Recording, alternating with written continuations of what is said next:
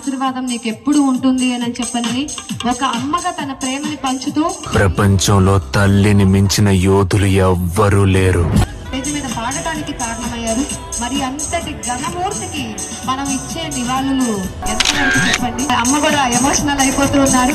అమ్మ, మీలాంటి అమ్మలు ఎందరికో మీ పిల్లలుగా ఎంతో రుణపడి ఉంటాము. ఇలాంటి అమ్మలందరికీ ఉండాలి అని. తొలి అడుగు కూడా ఎప్పుడు ఓటమితోనే అవుతుంది. ఎవరైనా గొప్పవాడు అయ్యాడంటే ఒక తల్లి గర్భంలో నుంచో వచ్చిన వాడే అవుతాడు. నాకు జన్మనిచ్చింది మా అమ్మ.